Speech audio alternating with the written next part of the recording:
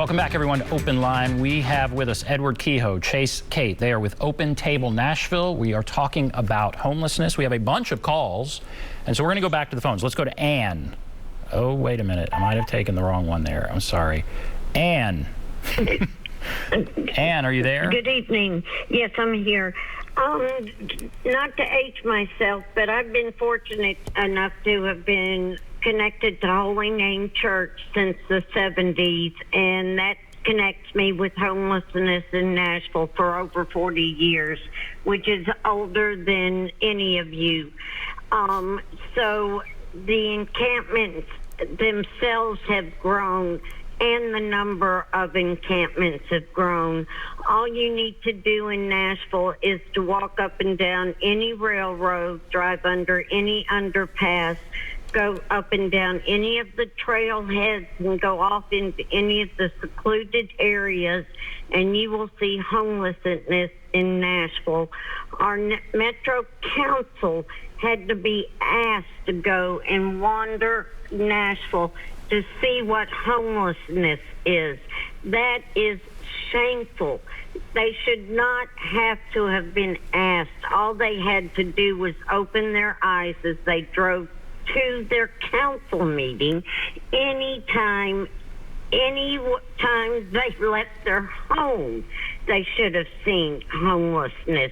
It has been here, and it has never, ever, more than now because of COVID, had more people that are living on the streets. We have families that didn't have shelters to go to because never before did we need family shelters. And these families were left with nothing to do but go to the streets because we were not equipped then, nor are we equipped now. And we have a mayor that's saying he's going to spend $20 million on housing, and how much in cameras in parks. Cameras are meant to deter and help solve crimes, not prevent them. We don't need more cameras in our parks. We need more housing for the people living on our streets. And that's okay. what I have to say. Thank you, Ann. I think you all may agree with a lot of that. One of you can respond. I don't know which one. Edward, you want to respond? Yeah, I think Ann should be on this show with us, honestly. I think Ann has a lot of experience to share, and I think that we should take those experiences very seriously. I appreciate her sentiment in saying that, like, cameras can genuinely not stop someone from committing a crime. Only having a prosperous life and love for your fellow man can properly deter someone from crime, and properly creating an environment in a society, in a city that can allow for those circumstances to come about is what will actually prevent crime or prevent people from wanting to commit crime. At the end of the day, people at camps do want to be safe. They care about their safety the most out of anyone because they're constantly at risk, and the circumstances that brought them to where they are were dire. And they care about their safety the most. And so what is the answer? Is the answer just to build housing for all of the people that we see out there? How do we realistically, how do we solve this problem? Because sometimes you look at it and it's overwhelming, and you just get kind of overwhelmed. And so how do we really solve it? Is there a price tag? What would it cost to solve it? You know, what do we do? It might sound a bit blunt, but I do wake up every morning knowing that there are individuals who choose to not solve homelessness and instead pretend in space. And that's something that, like, as a society, that we have to recognize. Absolutely, universal housing, government guaranteed housing, whatever you want to call it, can have an immense impact on people's lives and can make them very high functioning members of our society. But the fact is that we can't treat housing like a commodity forever. we do genuinely need to take drastic steps towards thinking about things as housing as a water fountain in a park, as housing as a library down the street.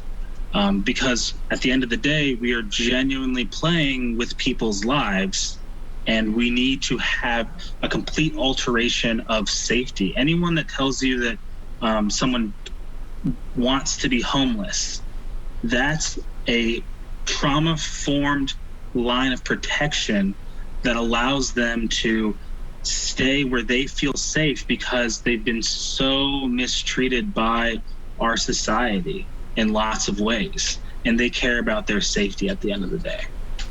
Fascinating. Okay, Chase, I'll have you respond to this next caller here. Let's go to Mike. Hello, Mike. Hey, good evening, Ben, and good evening to your guests. First of all, it was a lady that called maybe 2 calls before, and she was basically, I think, looking for some people to be put on the spot as far as what they're not doing as far as homelessness in Nashville.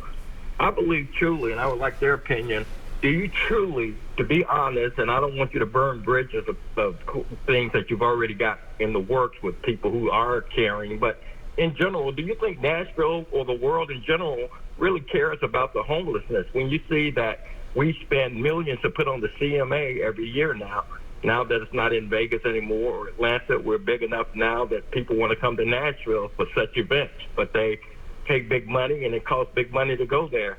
Oracle's going to cost, the Oracle company is worth $252.82 billion as of November the 26th. You should be going to Oracle. Be there right now in the Bay Area where they still are, and putting them on the spot. Going to Cate out there, KGO, and letting these people know, hey, they're moving here to Tennessee, and they're getting all these benefits. Nobody seems to have a problem as far as that, but you're worried about guaranteed monthly check for people to have, and it's shown that has benefited people, a guaranteed monthly check that has shown that, yeah, some people may go spend it on drugs or alcohol, but the majority have used that to get apartments and get other resources. Okay. Another thing is to hold these high school students and college students who do this temporary helping out the homeless so they can put that on their transcript, hoping to get in a really good college or a really good postgraduate master's degree or doctorate degree, and then after that, they're off doing their own things like other people who are affluent. And that's all I have to say. Mike, thanks. Okay. Chase, can you respond to that? However you want. Yeah, Mike, I love that. And I think that what you're saying pairs really well with a caller that we had a little bit earlier talking about, raising the bar. It's sometimes really difficult to look at these issues and see an easy solution because they're so embedded with structural problems that have existed for centuries. And it's really difficult to imagine a world in which, even in which universal basic income, to use your own example, exists. For some people, that's just unfathomable. But I love what you're saying. I think you're absolutely right that there need to be people who I'm extremely blessed to get to work alongside people who have dedicated their lives to this work in Nashville and who have made a difference. And I think that I'm optimistic in terms of the capability of people to be altruistic, and I think that people want to say they care, and I think they genuinely want to care. But I think the sacrifice is sometimes much more difficult than we recognize it's going to be. But I also think that there's something brighter on the other side of that sacrifice. That's great. All right, we're going to take a break and take more calls. We'll be back right after this.